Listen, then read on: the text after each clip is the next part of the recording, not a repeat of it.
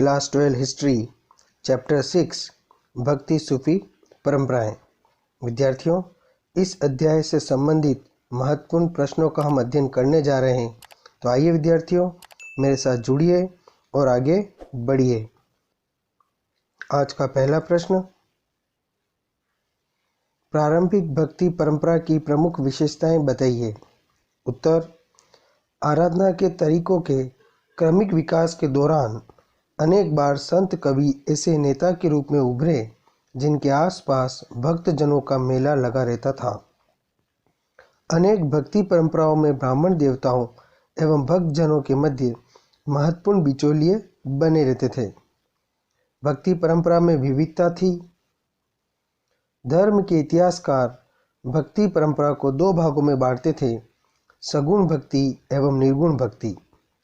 सगुण भक्ति परंपरा में शिव, विष्णु भगवान के अवतार एवं देवियों की मूर्ति रूप में उपासना सम्मिलित है, जबकि निर्गुण भक्ति परंपरा में अमूर्त अथवा निराकार ईश्वर की उपासना की जाती है। क्वेश्चन नंबर 2, अलवार और नयनार संतों के बारे में बताइए। उत्तर, तमिलनाडु के अलवार और नयनार संत प्रारंभिक भक्ति आंदोलन के सूत्रधार थे। अलवार संतों के आराध्य भगवान विष्णु तथा नयनार संतों के आराध्य भगवान शिव थे। अलवार और नयनार संत अपने इष्ट देवों की स्तुति तमिल भाषा में भजन गायन द्वारा करते थे। जगह जगह भ्रमण करते हुए इन संतों ने कुछ पावन स्थलों को अपने आराध्य देव का निवास स्थल घोषित किया तथा धीरे धीरे राजाओं ने इन स्थलों पर विशाल मंदिरों का निर्माण करवाया। आज यह स्थान तीर्थ स्थलों के रूप में विख्यात है। इन मंदिरों में पूजा के समय इन संत कवियों के भजनों का गायन किया जाता था और इन संतों की प्रतिमाओं की पूजा अर्चना की जाती थी।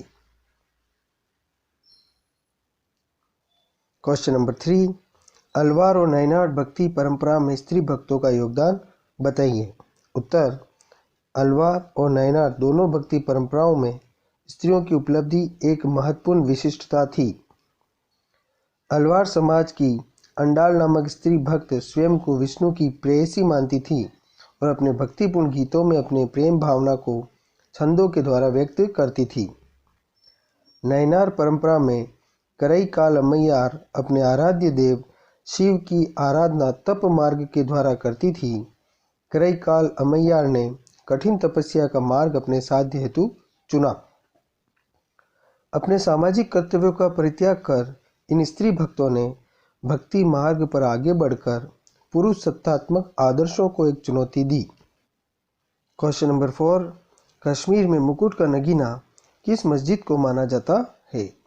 उत्तर, श्रीनगर की झेलम नदी के किनारे निर्मित शाह हमदान मस्जिद को कश्मीर की समस्त मस्जिदों में मुकुट का नगीना माना जाता है।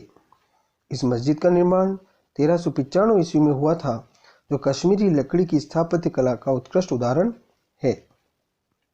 क्वेश्चन नंबर 5, सूफी संप्रदाय में सिलसिले का क्या अर्थ है।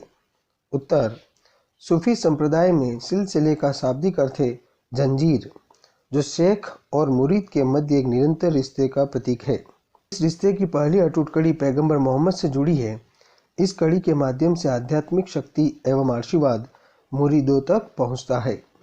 यहाँ पर शेख से तात्पर्य गुरु से है व मुरीद से तात्पर्य शिष्य से है। क्वेश्चन नंबर 6, सूफी संतों की प्रसिद्धि के कारण बताइए। उत्तर, सूफी संत दान में प्राप्त धन व सामग्री को खाने, कपड़े, रहने की व्यवस्था, समा की महफिलों आदि पर पूरी तरह खर्च कर देते थे, जिससे आम लोगों का झुकाव उनकी ओर बढ़ा। सूफी संतों की चमत्कारी शक्ति, धर्म, निष्ठा व विद्वता में लोगों का पूर्ण विश्वास था। क्वेश्चन नंबर 7, शंकर देव पर टिप्पणी लिखिए। उत्तर, भारत में 15वीं शताब्दी के उत्तरार्ध में असम में शंकर देव वैष्णव मत के मुख्य प्रचारक के रूप में उभरे, जिनके उपदेशों को भगवती धर्म कहकर संबोधित किया जाता था, क्योंकि ये भगवत गीता और भागवत पुराण पर आधारित थे। यह उपदेश सर्वोच्च देवता विष्णु के प्रति पूर्ण समर्पण के भाव पर केंद्रित थे। शंकर देव ने भक्ति के लिए कीर्तन और संतों के सत्संग में ईश्वर के नाम के उच्चारण पर बल दिया। उन्होंने आध्यात्मिक ज्ञान के प्रचार के लिए सत्र अथवा मठ तथा नामगढ़ जैसे प्रार्थना गृह की स्थापना को बढ़ावा दिया। शंकरदेव की प्रमुख काव्य रचनाओं में कीर्तन घोष महत्वपूर्ण है। विद्यार्थियों, आज हमने कुछ ये प्रश्न किए हैं।